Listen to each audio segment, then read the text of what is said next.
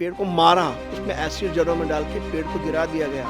The ridge and the morphological ridge has to be kept in pristine beauty.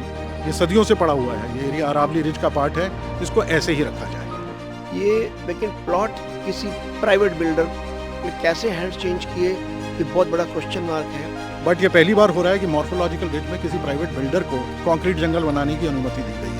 भैया ridge पे नहीं होता तो ये वसंत कुंज तो पूरा ही रिज पे बसा हुआ है।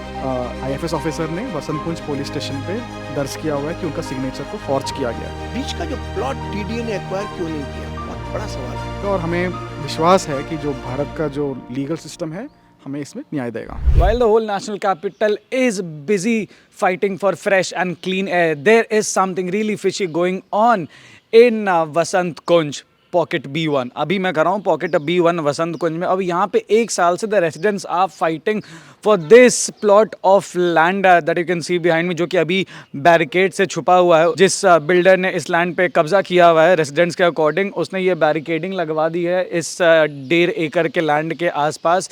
अब रेसिडेंट्स का ये कहना है कि एक तो ये रिज की लैंड है कि रिज पे 1996 के बाद से कोई भी जो है प्राइवेट कंस्ट्रक्शन अलाउ नहीं की गई है, क्योंकि मना कर दिया गया था by the honourable supreme court. लेकिन फिर भी इस लैंड पे कंस्ट्रक्शन करने की परमिशन कैसे मिली बिल्डर को? उसके अलावा जो है आसपास में पूरा रेजिडेंशियल इलाका है, स्कूल्स है, तो और भी अलग अलग जो है कंप्लेंट्स की है रेजिडेंट्स ने अलग अलग डिपार्टमेंट्स में। अब वो NGT हो गया, वो सुप्रीम कोर्ट हो गया, दिल्ली हाई कोर्ट हो गया, अलग अलग जगह पे अलग अलग केसेस चल रहे हैं।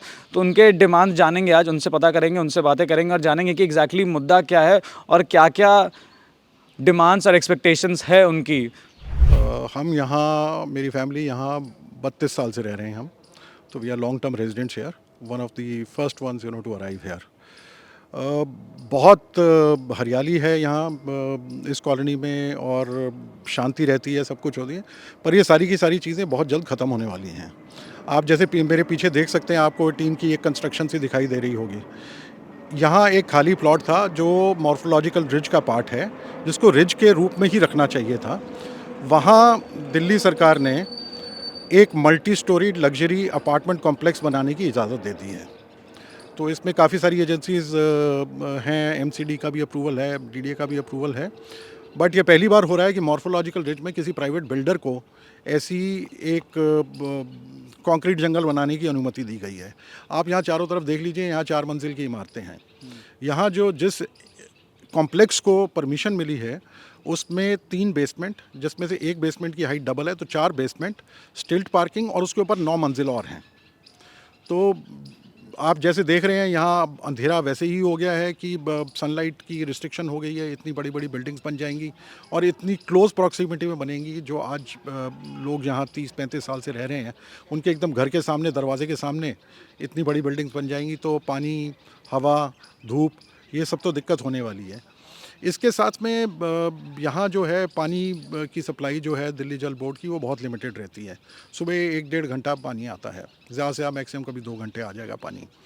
और यहाँ रिजर्वायर की कैपेसिटी बढ़ाए बिना यहाँ अगर 500 नई फैमिलीज़ आ जाएंगी या ज़्यादा लोग इकट्ठे हो जाएंगे तो पानी की दिक्कत होने वाली है, सबको दिक्कत होने वाली है। यहाँ सेम प्रॉब्लम जो है यहाँ से जो है सीवेज की प्रॉब्लम होने वाली है, क्योंकि सीवेज की भी ऑगमेंटेशन नहीं हुई है और एग्जिस्टिंग इंफ्रास्ट्रक्चर के ऊपर ही इनको बनाने की इजाज़त मिल गई है। रिज का पार्ट है, सबसे बड़ी तो दुखद बात यही है कि उसके बावजूद यहाँ बनाने दिया जा रहा है। तो हम तो इसका विरोध करते हैं पूरा, और हम कोर्ट्स में भी गए हुए हैं इसके विरोध में कि इस एरिया को रिज के रूप में ही रहने दिया जाए, यहाँ कुछ नहीं बनाने की इजाज़त दी जाए। जैसा था ये सदियों से चला आ रहा है, ये सदियों से पड़ा हुआ है, ये एरिया अरावली रिज का पार्ट है, इसको ऐसे ही रखा जाए। ये लेकिन प्लॉट किसी प्राइवेट बिल्डर ने कैसे हैंड्स चेंज किए, ये बहुत बड़ा क्वेश्चन मार्क है। क्योंकि हम जब पूरी छानबीन कर रहे हैं तो पता चल रहा है कि असल में ये 40, 45, 50 साल से इसको भूमिदारी राइट्स कहते हैं, भूमिदारी एग्रीकल्चरल राइट्स, कि यहाँ पे सिर्फ आप खेती कोई कर सकता है, उगा सकता है, कुछ मालिक वो भी नहीं है। भूमिदारी राइट डज नॉट मीन कि वो ओनर है, लेकिन वो भूमिदारी राइट्स थे। और वो बाद में ये बीच का जो प्लॉट TDA ने एक्वायर क्यों नहीं किया, बहुत बड़ा सवाल है।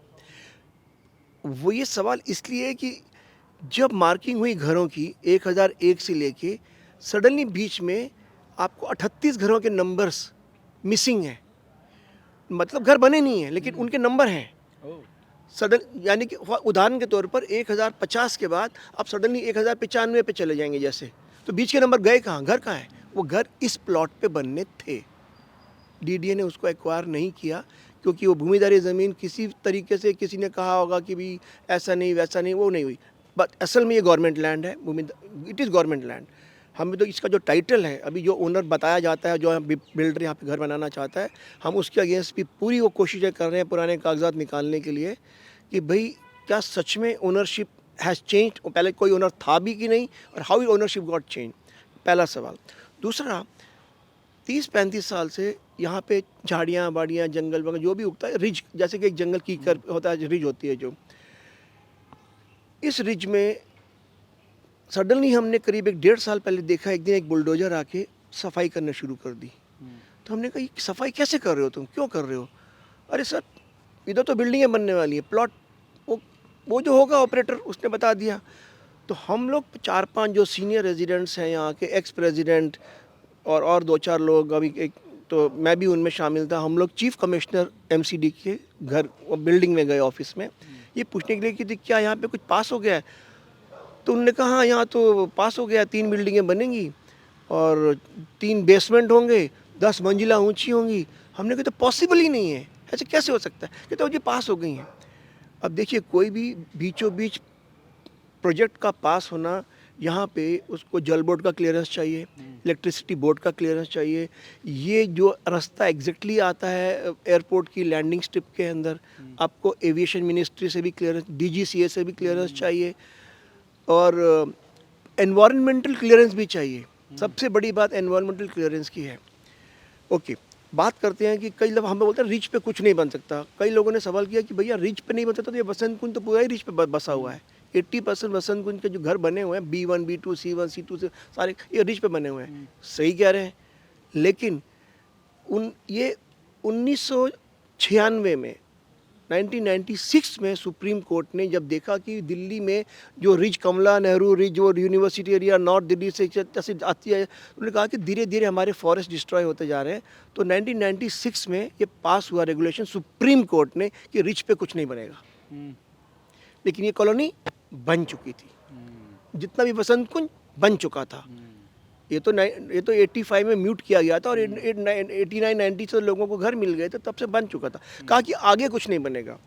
और हमारा जितना भी स्टडी है, सर्वे है, ये है कि पिछले 15 सालों में 15 सालों में कोई भी प्राइवेट कंस्ट्रक्शन, प्राइवेट बिल्डर को परमिशन नहीं मिली है इस रिच के ऊपर कुछ भी बनाने की। NGT, नेशनल ग्रीन ट्रिब्यूनल ने स्ट्रिक्ट बोला हुआ कि कोई पेड़ नहीं कटने चाहिए। इसने अंदर में पेड़ को मारा, अंदर उसमें एसिड जड़ों में डाल के पेड़ को गिरा दिया गया। सारी फोटोएं हमने खींच के कोर्ट में पेश की हैं।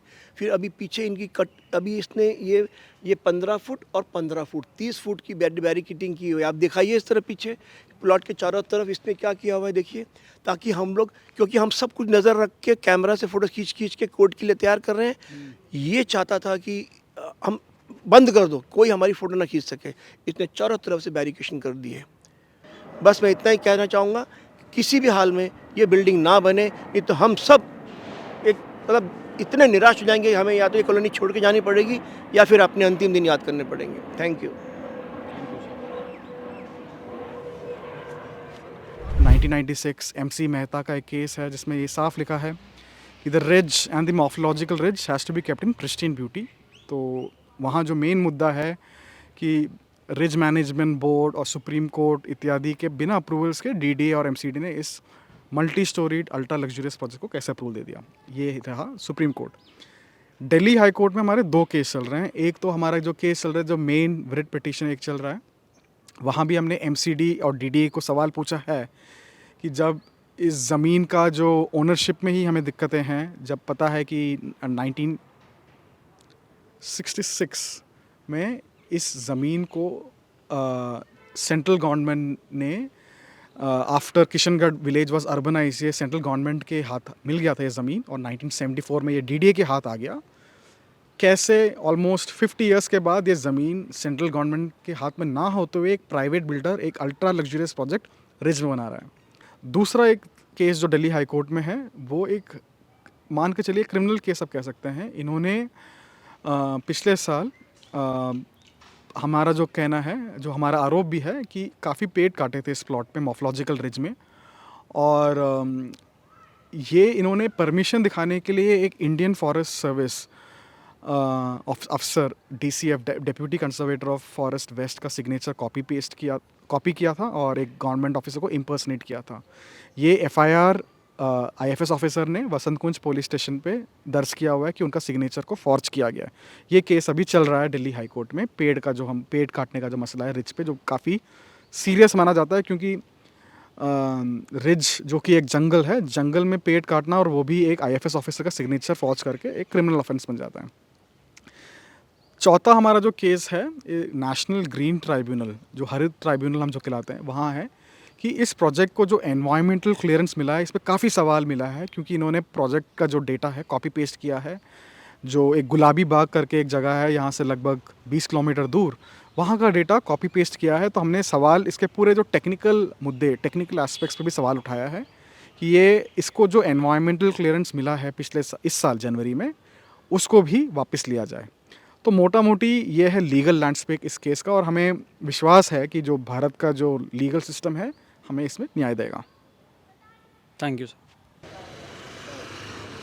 While there are ongoing cases in different judicial institutions regarding the whole plot matter, 1.5 एकड़ की जो ज़मीन है B1 वसंत कुंज के अंदर, फाइनल हियरिंग सुप्रीम कोर्ट वाले केस की 15 दिसंबर को होनी है। तो अब देखना है कि सुप्रीम कोर्ट इस पे क्या फ़ैसला लेती है। बाकी ऐसी ही और ground reports, news insights, information के लिए make sure to like, follow and subscribe the Edge Originals. This is Mrinal Kumar signing out with camera person Ratikant Patra.